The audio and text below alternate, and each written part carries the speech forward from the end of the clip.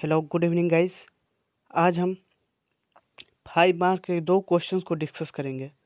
जो सबसे पहला है हमारा, ये जो क्वेश्चन आप स्क्रीन पे देख पा रहे होंगे, जो हमारा सबसे पहला ये क्वेश्चन है कि प्रथम कोटि की अभिक्रिया या गतिकी का व्यंजक प्राप्त करें। ये देखिए BSCB 2009, 2012, 15, 18, 13, 2019 में भी आया है और 2020 में नहीं आया है। तो फिर इस साल चूंकि एग्ज़ाम स्कूल कॉलेज बंद थे, तो इस साल 2021 में आने के चांसेस के 75% हैं कम से कम। तो इसको आप ज़रूर क्लियर कर लीजिएगा। तो चलिए इसको शुरू करते हैं। तो हमारा सबसे पहले क्वेश्चन इसमें जो पूछेगा वो 5 नंबर के लिए इस प्रकार पूछेगा कि प्रथम कोटि की अभिक्रिया क्या है तथा उसके गतिकी का व्यंजक प्राप्त करें। इस तरह का हमारे 5 नंबर का एक क्वेश्चन आपके एग्जाम पेपर में देखने को मिलेगा। तो चलिए हम देख लेते हैं कि प्रथम कोटि की अभिक्रिया होती क्या है। तो प्रथम कोटि की अभिक्रिया क्या कहते हैं? वैसे रासायनिक अभिक्रिया जिसमें अभिक्रिया का दर अभिकारक के सांद्रण के एक पद पर निर्भर करता है, तो उसे क्या कहते हैं? प्रथम कोटि की अभिक्रिया कहते हैं। कितने पद पर? एक पद पर क्यों निर्भर करता है, तो उसको क्या कहते हैं? हम प्रथम कोटि की अभिक्रिया कहते हैं। जैसे देखिए यहाँ पे क्या है, ये हमारा अभिकारक है, इसका सांद्रण जो होगा ये कितना ठो है? हमारा एक ठो है। कितना रिएक्ट कर रहा है? केवल एक ही ना रिएक्ट कर रहा है, तो इसको हम क्या बोलेंगे? प्रथम कोटि की अभिक्रिया। और इसके कितने में प्रोडक्ट इधर बन जा रहे हैं, क्या बनेंगे? N2O5 का विघटन इसका क्या हो जाएगा? एग्जाम्पल हो जाएगा। N2O5 का विघटन एग्जाम्पल हो जाएगा। H2O2 का विघटन इसका एग्जाम्पल हो जाएगा। शर्करा का जलायोजन भी क्या हो जाएगा? प्रथम कोटि की अभिक्रिया का एग्जाम्पल हो जाएगा। ईस्टर का जलायोजन भी क्या हो जाएगा? हमारा प्रथम कोटि की अभिक्रिया का एग्जाम्पल हो जाएगा। ठीक है, इन सबको याद रखना है, एग्जाम्पल को, एग्जाम्पल भी आ जाते हैं कभी कभी। तो चलिए इसको आप डेफिनेशन को समझ गए, इसको सिंपली याद कर लेना है और उसके नीचे एक हमें एग्जांपल ज़रूर दे देना है। उसके बाद हम इसके जो डेरिवेशन होगा उसको प्रूफ करेंगे। तो चलिए पहले इसके हम डेरिवेशन को प्रूफ करने से पहले कुछ इंपॉर्टेंट पॉइंट्स को जान लेते हैं कि इस डेरिवेशन में क्या क्या यूज होंगे। तो सबसे पहले हो सकता आएगा हमारा कि एक इंटीग्रेशन होता है, छोटा सा इंटीग्रेशन है। जैसे ऊपर मान लीजिए हमारा dx है, नीचे क्या है? हमारा x है।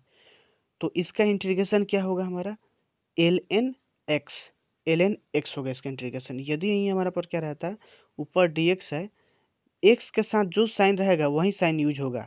यदि इसके साथ प्लस साइन है तो यहाँ पे प्लस रहेगा, यदि माइनस साइन है तो इसके आगे क्या आ जाएगा? माइनस आ जाएगा। ऊपर dx, नीचे क्या है हमारा? a प्लस एक्स है। ठीक है, तो इसका इंटीग्रेशन क्या होगा? ln a plus x. X के साथ आगे कौन सा साइन है? प्लस, तो इसके आगे प्लस रहेगा। और यदि यहाँ पे अगर हमारा क्या रहता, सपोज यहाँ पे अगर हमारा माइनस साइन रहता है, a माइनस एक्स रहता है, तो यहाँ पे a माइनस एक्स होता है और यही माइनस हमारा क्या आ जाता है? आगे आ जाता है, minus ln a minus x हो जाता है। उम्मीद है समझ गए होंगे। तो चलिए बढ़ते हैं एक और दूसरा नेक्स्ट पॉइंट पर। दूसरा नेक्स्ट पॉइंट क्या है हमारा कि जब भी हम इंटीग्रेशन करते हैं तो उसके साथ एक कांस्टेंट आता है, उसको आगे हम देखेंगे कैसे आता है। तो पहले इसको समझ लेते हैं। अब इसके हम व्यंजक को समझते हैं कैसे कैसे इसको प्रूफ करेंगे। तो पहले इसका थोड़ा सा डेफिनेशन, थोड़ी सी भाषा जरूर लिखनी पड़ती है किसी भी डेरिवेशन को प्रूफ करने से पहले। तो इसको लिखे हैं, मान लिया कि प्रथम कोटि की अभिक्रिया में अभिकारक का सांद्रण क्या है? a मोल प्रति लीटर है, जो t समय के बाद क्या हो जाता है? a माइनस एक्स मोल प्रति लीटर हो जाता है। मतलब इसके मतलब क्या हुआ? इस भाषा का मतलब क्या हुआ कि शुरू में मान लेते हैं कोई हमारे ये ए क्या है? रिएक्टेंट है, जो क्या बनाएगा? इधर प्रतिफल बनाएगा, प्रोडक्ट बनाएगा। ठीक है, क्या बनाएगा? प्रोडक्ट बनाएगा। रिएक्शन के बाद क्या बनाएगा? प्रोडक्ट बनाएगा। तो शुरू में मान लेते हैं इसका सांद्रण क्या है? ए है, तो प्रतिफल कितना होगा? 0 होगा। अभी शुरू में जब ये रिएक्ट नहीं किया है तब ये ए होगा, तो प्रतिफल 0 नहीं होगा। जब टी समय के बाद यानी कुछ समय के बाद इस जब ये अभी रिएक्ट करेगा, तब मान लेते हैं इसमें से एक्स मोल इसका रिएक्ट करेगा। तो एक्स मोल इसमें यदि ए में से एक्स मोल कम होगा तो प्रोडक्ट में क्या बनेगा? एक्स मोल बन जाएगा। एक्स मोल इधर से कम होगा तो इधर क्या बनेगा? एक्स मोल हमारा प्रतिफल बन जाएगा। तो वहीं यहाँ पे लिखा है कि मान लिया कि प्रथम कोटि की अभिक्रिया में अभिकारक, ये अभिकारक है, का प्रारंभिक सांद्रण कितना है? का सांद्रण a मोल प्रति लीटर है, जो t समय के बाद आफ्टर टी टाइम कितना हो जाता है? a माइनस एक्स हो जाता है, a माइनस एक्स हो जाता है। बस इसी को लिखा गया है। चलिए आगे समझ लेते हैं। यहाँ पे आपको इस तरह लिखा गया है कि a क्या है हमारा? a क्या है हमारा? रिएक्टेंट है यानी अभिकारक है, और ये क्या है? प्रतिफल है। प्रारंभिक सांद्रण a है, तो ये क्या रहेगा? 0 रहेगा। जब टी समय के बाद क्या हो जाएगी, ए माइनस एक्स हो जाएगा, तो ये कितना बनेगा, एक्स बन जाएगा। इसमें से एक्स कम होगा तो इधर एक्स उधर एक्स ही ना बनेगा, इधर 2x कम होता है तो इधर 2x बनता। और एक बात और इम्पोर्टेंट पॉइंट याद रखना ये कि अभिक्रिया का दर का जब आप डेफिनेशन पढ़ेगा तो उसमें लिखा होता है कि जो अभिक्रिया का दर होता है वो वो इनिशियल कॉन्सेंट्रेशन में जो होता है वो टी समय के बाद जो चेंज होता है उसके डायरेक्टली प्रोपोर्शनल होता है। मतलब टी समय के बाद अभिकारक के सांद्रण में हुए परिवर्तन के डायरेक्टली प्रोपोर्शनल होता है। अभिक्रिया का दर टी समय के बाद अभिकारक के सांद्रण में हुए परिवर्तन के डायरेक्टली प्रोपोर्शनल होता है। वही यहाँ पे लिखा गया है, dx अपन dt को क्या कहते हैं, अभिक्रिया का दर कहते हैं। और डायरेक्टली प्रोपोर्शनल कितने हैं, किसके है, a माइनस एक्स है। टी समय के बाद अभिकारक का सांद्रण में चेंज यही ना है, a माइनस एक्स हो गया है, तो वही इसके क्या होता है, डायरेक्टली प्रोपोर्शनल होता है। अब जब ये प्रोपोर्शनैलिटी का चिन्ह हटाएंगे हम, जब ये समानुपातिकता का चिन्ह हटाएंगे तो यहाँ पे एक हमारा कांस्टेंट आता है। कांस्टेंट क्या आता है, के आता है। हर जगह जब लगभग सभी जगह कांस्टेंट हम के ही यूज करते हैं, जनरली के आता है। तो इधर क्या हो जाएगा, D x upon D T हो जाएगा और के ए माइनस एक्स हो जाएगा। अब जाति को जाति का पास लाइए, तो एक्स का जाति क्या है, ए माइनस एक्स है, तो इसको पास लाते हैं तो A D x upon a minus x हो गया, इधर भेज दे इसको। और डी टी को क्या भेज दे, इधर भेज दे, के डी टी हो गया। इसको हम क्या लेट करते थे, इक्वेशन 1। अब देखिए हमें डी के अभी अभी बताया था मैंने कि जब भी आप कोई डी एक्स और नीचे जो वैल्यू है ए माइनस एक्स है उसका यदि इंटीग्रेशन कीजिएगा तो हमारा कितना आ जाएगा, minus L N A minus X आ जाएगा। अभी वो ऊपर मैंने शुरू में डिस्कशन किया था। तो अब क्या करेंगे, हमें देखिए डी की कभी भी वैल्यू जो होती है वो डी की फॉर्म में हम कभी भी नहीं रखते हैं, उसको क्या करते हैं, उसको हम इंटीग्रेट करके हटा देते हैं उसको। जब भी डी दिख जाएगा आपको क्वेश्चन में तो उसका मतलब क्या है, उसको इंटीग्रेट करके हम डी को वहाँ से हटा देते हैं। तो सिंपली हम भी यहाँ पे वही करते हैं कि समीकरण एक में दोनों तरफ क्या करने पर, समाकलन करने पर। तो समाकलन करेंगे तो यहाँ पे वही लिखा है, समीकरण एक में दोनों तरफ क्या करने पर, समाकलन करने पर। ये समाकलन का साइन होता है, दोनों तरफ समाकलन कर दिए। और देखिए यहाँ पे के हमारा क्या है, कांस्टेंट है, यानी कोई वैल्यू है जिसका मान हो सकता है 1, हो सकता है 2, हो सकता है कुछ भी मान हो सकता है। तो जब ये कांस्टेंट जो होता है वो हमारा बाहर हो जाता है, और जो वेरिएबल होता है मतलब जिसके साथ डी लगा होता है और जो डी के साथ जो उसका फंक्शन होता है वही इंटीग्रेशन के अंदर रहता है, बाकी जो कांस्टेंट होते हैं वो बाहर हो जाते हैं।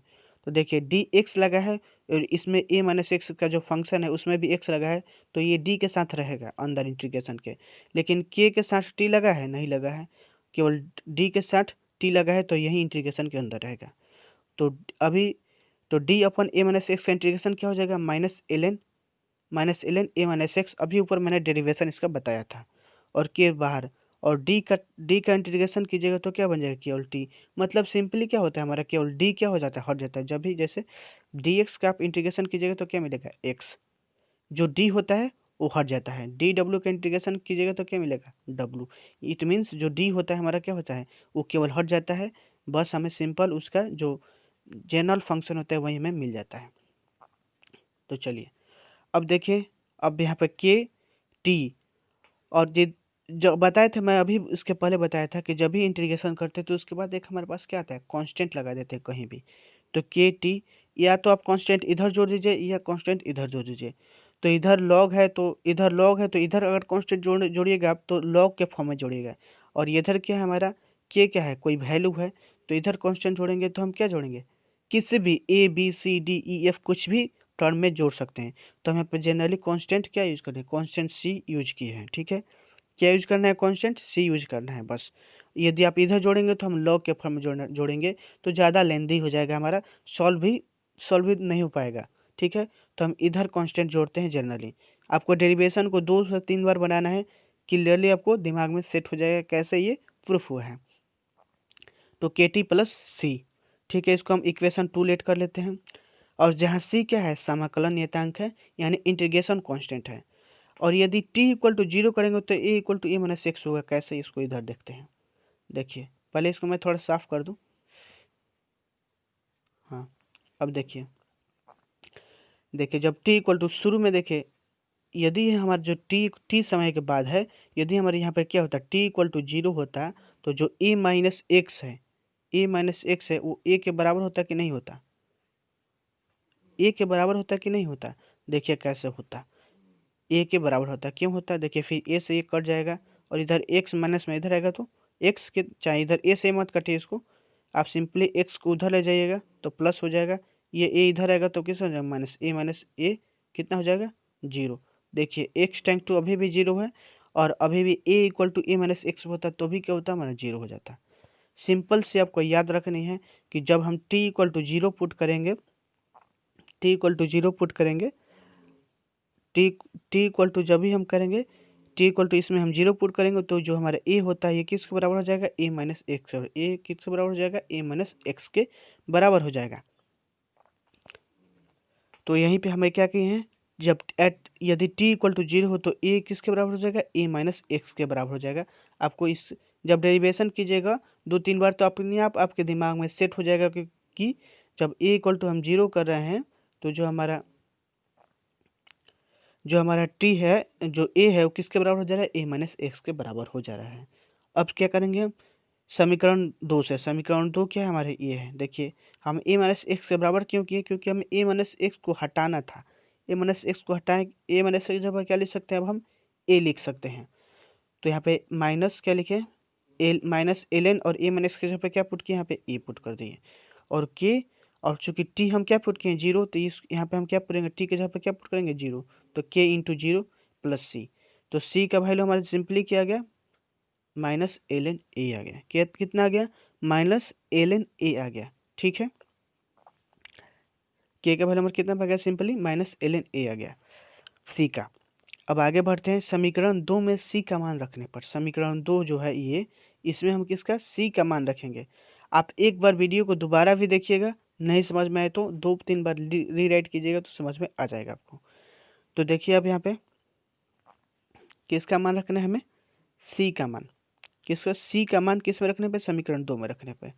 तो समीकरण 2 हमारा कितना है? ये है minus L N A minus X equal to K T plus C. तो सी का मान अभी हम कितना लाए हैं? माइनस एल एन ए लाए हैं, तो वहीं पे सी के जगह पर क्या रख देंगे? केवल माइनस एल एन ए रख देंगे। आगे बढ़ते हैं, देखिए minus L N A minus X के T minus L N A कर दिए। अब जाती जाती को पास लाइए, देखिए माइनस एल एन ए को इधर लाएंगे हम, इसी का ना जाती है जी, इसी का जाती है, तो इधर लाइएगा तो किस हो जाएगा?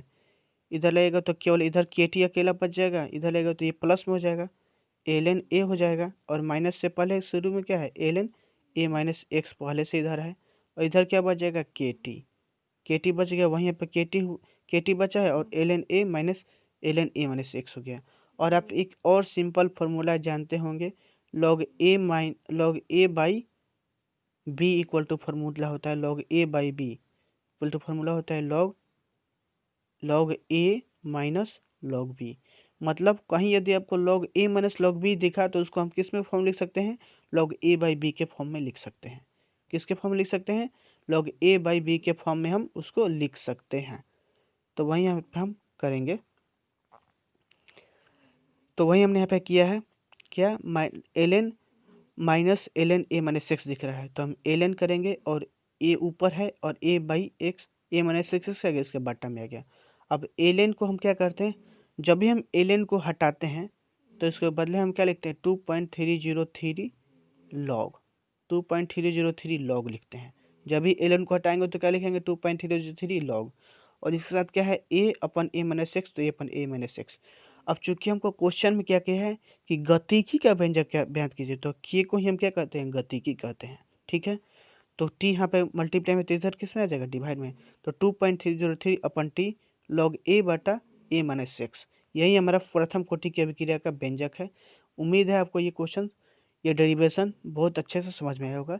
5 नंबर का पोर्शन एक क्वेश्चन का कवर हो गया, और एक दूसरा क्वेश्चन और है, इसको भी देख लेते हैं। पर क्वेश्चन है हमारा दूसरा, ये दोनों में से कोई एक नहीं आपके, या दोनों आपके एग्जाम में एक आने ही वाला है, समझ लीजिए, इसलिए आपको इसको क्लियर कर लेना है। क्या पूछेगा कि कार्बोहाइड्रेट क्या है, इसका वर्गीकरण कैसे किया जाता है? तो सिंपल क्या समझते हैं, डेफिनेशन बहुत सिंपल है, बहुत सिंपल। कार्बोहाइड्रेट प्रकृति में पाए जाने वाली कार्बनिक यौगिक है जो हमारे शरीर में ऊर्जा का कार्य है, ऊर्जा का मुख्य स्रोत होता है। जो कार्बोहाइड्रेट होता है किस में पाया जाता है? आलू में मन पाया जाता है, ये सब क्या होता है? गेहूं में कार्बोहाइड्रेट पाया जाता है। तो क्या होता है? कार्बोहाइड्रेट क्या है हमारा? कार्बोहाइड्रेट प्रकृति में पाए जाने वाली एक कार्बनिक यौगिक है, जो हमारे शरीर में ऊर्जा का मुख्य स्रोत होता है। किसका स्रोत होता है? ऊर्जा का मुख्य स्रोत होता है। और मुख्य स्रोत होता है कार्बन, हाइड्रोजन तथा ऑक्सीजन से निर्मित एक कार्बनिक यौगिक को क्या कहते हैं हम? कार्बन। यहाँ पर छोट मिस्टेक हो गया, यहाँ पे लिख लीजिएगा मुख्यतः, चाहे लिख लीजिएगा कार्बोहाइड्रेट। कार्बन, हाइड्रोजन तथा ऑक्सीजन से निर्मित एक कार्बनिक यौगिक है। क्या लिखेगा आगे यहाँ पे? कार्बोहाइड्रेट, कार्बन, हाइड्रोजन तथा ऑक्सीजन से निर्मित एक कार्बनिक यौगिक है। इसे इसे जैव अणु भी कहते हैं। क्या कहते हैं? इसे जैव अणु भी कहते हैं। इतना कार्बोहाइड्रेट का सिंपल डेफिनेशन हो गया है। ठीक है। अब किस अब पूछा है कि इसका वर्गीकरण कैसे किया जाता है, तो इसके दो पार्ट में वर्गीकरण किया जाता है। एक तो हम इसको करते हैं जल अपघटन के आधार पर, दूसरा क्या करते हैं? स्वाद के आधार पर करते हैं। तो पहले हम जल अपघटन के आधार पर कर लेते हैं। तो जल अपघटन के आधार पर इसे 3 भागों में बांटा गया है। कौन कौन से भाई? तो मोनोसैकेराइड, पॉलीसैकेराइड और एक ठो है ऑलीसैकेराइड। मोनोसैकेराइड देखिए क्या कहता है, इसको जल अपघटन के आधार पर कितने भाग में बांटा गया है? 3 भागों में। पहला कौन सा है? मोनोसैकेराइड। जिस तरह मैं लिखा हूँ उसी तरह उसके नीचे लाइन बाय लाइन लिखते जाना है आपको। 1 नंबर क्या डालेंगे? मोनोसैकेराइड हेडिंग डालेंगे। इसका डेफिनेशन क्या होता है? वैसा कार्बोहाइड्रेट जिससे और अधिक सरल यौगिकों में, यहाँ पर ऊपर लिखा गया है, और अधिक सरल यौगिकों में जल अपघटित नहीं किया जा सकता है, उसे क्या कहते हैं? मोनोसैकेराइड कहा जाता है। जैसे कि ग्लूकोज, फ्रुक्टोज। ग्लूकोज क्या है? फ्रुक्टोज क्या है? इसको आप और अधिक ग्लूकोज, सॉरी दोस्तों यहाँ पे मिस्टेक, हाँ C12OH, C6H12O6। ठीक है, फार्मूला ठीक है। ग्लूकोज या फ्रक्टोज को आप इसे और अधिक अणु में नहीं तोड़ सकते हैं, यही इसका फाइनल पोजीशन होता है। इसको आप चाहें तो और अधिक रूप में इसको कितना भी कुछ भी कर ले, इसको दोबारा किसी रूप में, अन्य रूप में इसको नहीं तोड़ा जा सकता है। तो उसको क्या कहते हैं? मोनोसैकेराइड। तो वैसा कार्बोहाइड्रेट जिसे और अधिक सरल यौगिकों में नहीं जल अपघटित नहीं किया जा सकता है, उसे क्या कहते हैं? मोनोसैकेराइड कहते हैं। क्या कहते हैं? मोनोसैकेराइड। एग्जाम्पल में क्या हो सकते हैं? Glucose, fructose. आगे बढ़ते हैं। दूसरा क्या हमारा? अलिगोसैकेराइड। अलिगोसैकेराइड क्या कहता है कि वैसा कार्बोहाइड्रेट जिसका जल अपघटन करने पर 2 से 10 मोनोसैकेराइड के अणु प्राप्त होते हैं। 2 या 2 से 10, 2 या 2 से अधिक, मतलब 2 या 2 से 10 के बीच में हमारे जो अणु प्राप्त होते हैं उसको हम क्या कहते हैं? अलिगोसैकेराइड। जैसा C12H22O है, C12H22O11, ये क्या है? हमारा चीनी है। जब इसको आप जल अवघटित कीजिएगा, इट मीन्स इसको जब जल से आप इसको रिएक्ट करिएगा तो किस में चल जाएगा? C6H12O6। फिर किस में छूट जाएगा? C6H12O6। इसको क्या कहते हैं? हम ग्लूकोज कहेंगे। इसको क्या कहेंगे? फ्रुक्टोज। मतलब देखिए, 2 अणु में टूट गया शर्करा सी। इसको जब देखिए, ये कितना है? 12 गो कार्बन है, 6 और 6 12 कार्बन हो गया। 12 और 12 24 ठो H है, यहाँ पे 22 ठो H है, और यहाँ पे 2 ठो H, 24 ठो H हो गया, 24 ठो H हो गया। और देखिए यहाँ पे 12 कार्बन, 6 और 6 12 कार्बन, 22 H और 2 24 H, और यहाँ पे भी 12 H और 12 H, 24 को H। O कितना है? C12H22O6 होते हैं। यहाँ पे 6 ठो O, यहाँ पे 6 O और एक 7 O। यहाँ पे देखिए 6 O, थोड़ा सा कहीं मिस्टेक हो गया है, 6 O, C12H22O11 होते हैं दोस्तों। सॉरी दोस्तों, यहाँ पे देखिए O11 फॉर्मूला में लिखा गया है, C12H22O11 होते हैं। ठीक है। तो 11 O और एक 12 O, यहाँ पे भी 6 O और 6 O, कितना हो गया? 12 हो गया। इट मीन्स ये हमारा जो जो हम रिएक्शन कर रहे हैं वो क्या है? सही है। तो वहीं यहाँ पे कहा जा रहा है कि अलिगोसैकेराइड क्या होता है? अलिगोसैकेराइड क्या कहता है कि वैसा कार्बोहाइड्रेट जिसका जल अपघटन करने पर 2 से 10 मोनोसैकेराइड के अणु प्राप्त होता है, उसे क्या कहते हैं? हम अलिगोसैकेराइड। जैसे C12H22O11, जिसको जिसको हम क्या बोलते हैं? C6H12O6, ये नहीं होता है। C12H22O11, इसको हम क्या बोलते हैं? चीनी बोलते हैं, शर्करा। जैसे क्या लिख सकते हैं आप? शर्करा, या सिंपली इसका फॉर्मूला लिखिएगा शर्करा, कोष्ठ में इसका फॉर्मूला डाल दीजिएगा। दूसरा क्या? सुक्रोज। चाहे शर्करा नहीं लिखिएगा, सिंपल इसका फॉर्मूला डाल दीजिएगा C12H22, एग्जाम्पल में C12H22O11 कमा सुक्रोज। ठीक है, सुक्रोज डाल देंगे। ये दोनों, उम्मीद है आपको ये बहुत अच्छा से समझ में आया होगा। चलिए आगे बढ़ते हैं कि अगला जो है तीसरे नंबर पर हमारा कौन सा होता है, पॉलीसैकेराइड। पॉलीसैकेराइड जल अपघटन के आधार पर 3 भागों में चूंकि कार्बोहाइड्रेट को बांटा गया है, तो उसमें तीसरा कौन सा है हमारा, पॉलीसैकेराइड। पॉलीसैकेराइड क्या कहता है कि वैसा कार्बोहाइड्रेट जिसका जल अपघटन करने पर बहुत से मोनोसैकेराइड के अणु प्राप्त होते हैं, उसे क्या कहते हैं हम, पॉलीसैकेराइड कहते हैं। क्या कहते हैं, मतलब अब यहाँ पे 2-10 नहीं, बहुत सारे अनेकों मोनोसैकेराइड के अणु प्राप्त होते हैं, जिसके कहते हैं पॉलीसैकेराइड कहते हैं। डेफिनेशन बहुत सिंपल है दोस्तों, आप क्वेश्चन बैंक उठाकर देख लीजिएगा, कहीं भी ऐसा डेफिनेशन नहीं मिलेगा। तो जैसे एग्जांपल इसका क्या होगा, जैसे सेलुलोज, ग्लाइकोजेन, ग्लाइकोजेन लिखिएगा, यहाँ पे ई छूट गया, ग्लाइकोजेन, सेलुलोज, ग्लाइकोजेन, ईटीसी। ठीक है, बस ये आपको इतना ही लिख देना है। अब आगे चलते हैं। फिर पहले अब हम जल अपघटन के आधार पर तीनों को बांट लिए, अब दूसरा किससे बांटना है, स्वाद के आधार पर। तो स्वाद के आधार पर कार्बोहाइड्रेट को 2 भागों में बांटा गया है। कितने भागों में, 2 भागों में। पहला पहला 2 भागों में स्वाद के आधार पर कार्बोहाइड्रेट कितने भाग बांटा गया, 2 भागों में, शर्करा और अशर्करा। तो शर्करा मतलब क्या होता है, इसका स्वाद मीठा होता है, जैसे एग्जाम्पल में क्या देंगे, मोनोसैकेराइड, डाइसैकेराइड, इसका स्वाद क्या होता है, मीठा होता है। अशर्करा यह स्वादहीन होता है, जैसे पॉलीसैकेराइड क्या है हमारा, स्वादहीन होता है, स्वादहीन होता है। हो गया, 5 नंबर खत्म हो गया। देखिए कितना सिंपल सा नोट्स है, एक बार इसको एनालाइज कर देते हैं। तो जो हमारा कार्बोहाइड्रेट होता है, कार्बोहाइड्रेट जो हमारा कार्बोहाइड्रेट होता है उसको हम 2 भागों में बांटते हैं। किस में, 2 भागों में बांटते हैं। पहले कार्बोहाइड्रेट को हम वर्गीकरण 2 भागों में किया जाता है। पहले एक जल अपघटन के आधार पर, जल अपघटन के आधार पर, पहले जल अपघटन के आधार पर, दूसरा क्या, स्वाद के आधार पर, दूसरा टेस्ट के आधार पर। पहला जल अपघटन के आधार पर, दूसरा स्वाद के आधार पर।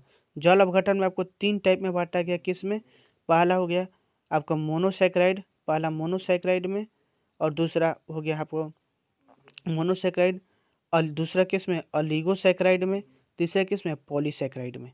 और इस स्वाद के आधार पर इसमें 2 टाइप में बांटा गया। किस में, एक शर्करा और दूसरा क्या, अशर्करा। शर्करा क्या होता है, स्वाद में मीठा होता है, जैसे मोनोसैकेराइड जैसे क्या डाले थे, मोनोसैकेराइड तथा डाइसैकेराइड। और ये क्या होता है, स्वाद में हमारा स्वादहीन होता है, जैसे पॉलीसैकेराइड। उम्मीद है आपको पूरा ये वीडियो काफ़ी हेल्पफुल होगा। तो मिलता हूँ आपसे नेक्स्ट वीडियो में, तब तक के लिए जय हिंद, जय भारत।